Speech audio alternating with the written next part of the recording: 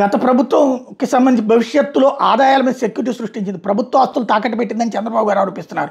సరే, గత ప్రభుత్వం 25,000 కోట్ల రుణం కోసం 1941 కోట్ల విలువైన ఆస్తులను తాకట్టు పెట్టింది. కానీ ఇప్పుడు టీడీపీ కూటమి ప్రభుత్వం 9,000 కోట్ల బాండ్ల విడుదల కోసం 191,000 కోట్ల విలువైన ఖనిజ సంపదను సెక్యూరిటీగా పెట్టింది. ఇది విద్యుత్ శాఖకు సంబంధించి జగన్ ట్వీట్లో కీలకమైనటువంటి అంశం. ఇంకా రాష్ట్ర సంచిత నిధి consolidated fund of the state మీద బాండ్ హోల్డర్లకు యాక్సెస్ రైట్ ఇచ్చింది. ఇది రాష్ట్ర చరిత్రలో ఎన్నడూ లేని అత్యంత ప్రమాదకరమైన చర్య. చంద్రబాబు గారు వైఎస్ఆర్సీపీ పాలనలో విద్యుత్ రంగం దెబ్బతిందని ఆరోపిస్తున్నారు. కానీ నిజాలు మాత్రం ఆయన ప్రకటనలకు విరుద్ధంగా ఉంది. టీడీపీ పాలనలో 14-19 విద్యుత్ రంగ అప్పులు 23.88% CAGR. అదే వైఎస్ఆర్సీపీ పాలనలో అప్పుల పెరుగుదల CAGR 7.28% మాత్రమే. అంటే వైఎస్ఆర్సీపీ ప్రభుత్వం విద్యుత్ రంగాన్ని సమర్థవంతంగా నిర్వహించిందని వెల్లడవుతుంది. చంద్రబాబు గారు వైఎస్ఆర్సీపీ పాలనలో పెట్టుబడిదారులు ఆంధ్రప్రదేశ్ విడిచిపెట్టారని చేసిన ఆరోపణ కూడా పూర్తిగా వాస్తవం.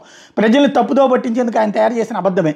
MOSPA విడుదల చేసిన గణాంకాల ప్రకారం ఆంధ్రప్రదేశ్లో పరిశ్రమల GSVA వృద్ధి 19-24 CAGR 11.14%. అదే కాలంలో భారతదేశ పరిశ్రమల GVA వృద్ధి CAGR 8.96%. అంటే రాష్ట్ర పరిశ్రమల రంగం దేశ సగటు కంటే చాలా మెరుగ్గా ప్రదర్శించింది.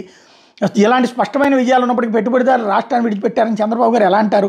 అది నిజానికి అసత్య ఆరోపణ, ప్రజలు మభ్యపెట్టే ప్రచారం మాత్రమే అన్నటువంటి పాయింట్ని ఇక్కడ ప్రధానంగా మెన్షన్ చేస్తూ దానికి సంబంధించినటువంటి గణాంకాల వివరాలని ట్వీట్ ద్వారా మెన్షన్ చేసుకుంటూ వచ్చారు.